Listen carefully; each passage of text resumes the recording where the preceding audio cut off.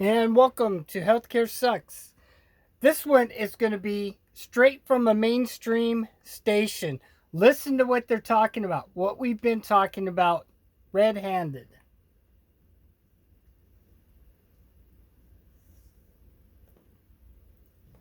We will see you soon, Trey Gabby. Still ahead, I'll be speaking with Senator Tom Cotton on China's coronavirus epidemic. We've got news on this. Stay with us on Sunday Morning Futures.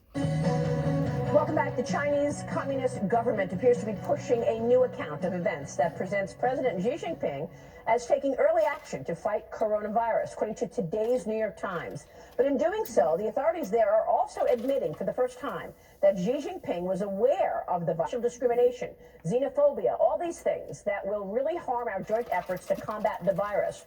Of course, there are all kinds of speculation and rumors. So far, at least 69,000 people have been infected with coronavirus. Over 1,600 have died. Joining me right now is Senator Tom Cotton himself. He sits on the Senate Armed Services Committee. He has been speaking out about China's response to this fatal virus. Senator, it is good to have you today. Thanks very much for being here. Thanks for having me on, Maria. And you were among the first lawmakers to really raise a red flag on coronavirus, warning your Senate colleagues nearly 2 weeks ago that this is worse than Chernobyl. Your words, not mine, that China has been lying about it from the very beginning. Assess the situation as you know it today. Maria, the situation is very grave, in part because, as you say, China was lying from the beginning, and they're still lying today, and also because there are so many unknowns about this virus. For example, how many people one person can infect once they have the virus, the extent to which it's contagious before one is symptomatic, or the mortality rate. That's why I've been saying for almost a month now that an ounce of prevention is worth a pound of cure, to quote Benjamin Franklin, and why the president was so smart to ban travel coming from China just a couple weeks ago. So yes, banning travel 100% was correct. As a matter of fact, more banning and more longer stays need to be happening in incubation, because we know, the incubation period is now up to 30 days that you're contagious. And with that, you're going to hear more of exactly what we said. Wait till you hear about what the lab, what I've been telling you is now on media. Now it's on mainstream news. So we didn't have more than 20,000 people landing in our country every single day from mainland China. Well, you know, it's pretty extraordinary. And then they criticized the United States for putting that travel ban in effect. And the fact is they're criticizing us for the travel ban. But isn't it true that they've got people locked down in their homes? Maria, they have more than 70 million people now under quarantine, and you've probably seen the videos online from social media sites, as have I, of the Chinese Communist Party's police beating people who they think might have coronavirus, or trying to keep them locked inside of their apartments, or quarantining them in large hospitals, or what have you. Did I not make a video before this just showing you exactly what you're hearing? It's on mainstream, guys. It's no longer hypocrisy. It's no longer the WHO tapping it down. Tapping it down. That's right. Tapping it down. No, it's done. The cat's out of the bag. WHO is scum. Here, let's watch some more. They have not been transparent at all, and they need to be.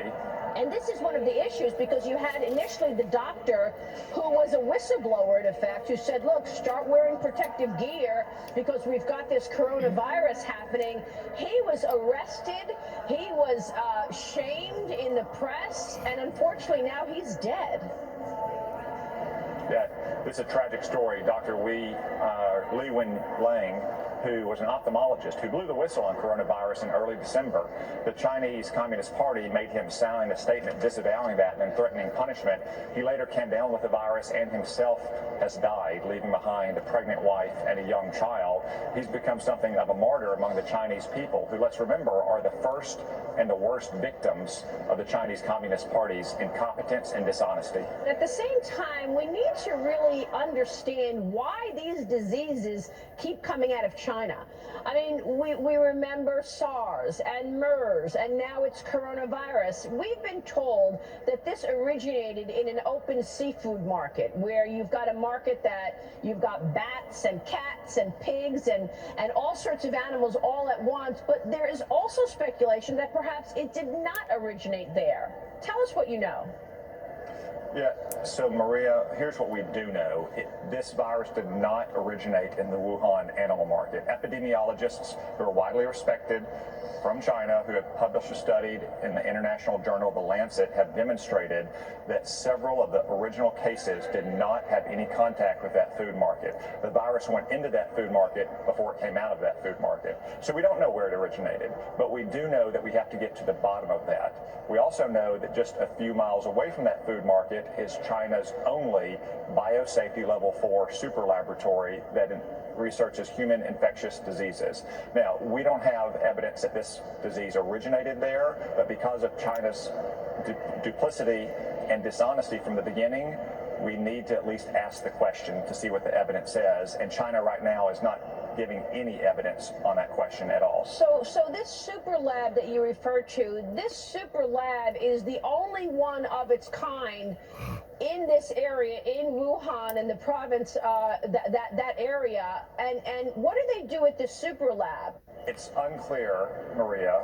We have such laboratories ourselves in the United States, run by our military, in large part done for preventative purposes. We're trying to discover vaccines or to protect our own soldiers. China is obviously very secretive about what happens at the Wuhan laboratory. We don't know, again, where this virus originated.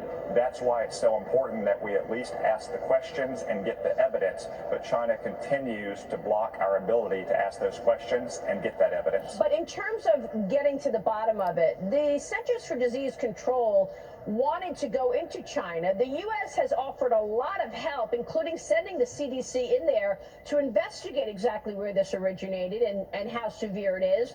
But they said no, right? That's right. The Chinese government has consistently blocked American scientists, who are obviously the very best in the world, from going to Wuhan, going to Hubei, trying to provide assistance to make sure that this virus is contained to the greatest extent possible, to discover its origins, to shed light on what that may mean for successful testing and vaccines. But the Chinese Communist Party continues to refuse that offer of assistance from the United States. Now, the Chinese ambassador called the notion of biological warfare, quote, absolutely crazy, accusing you of trying to spread misinformation and panic. What's your response there? I mean, we don't want to create panic, but at the same time, people need to be educated in terms of what exists in this region in China. Well, the burden of proof right now is on the Chinese Communist Party and the ambassador. And with that, you decided. I'll be back, and healthcare sucks!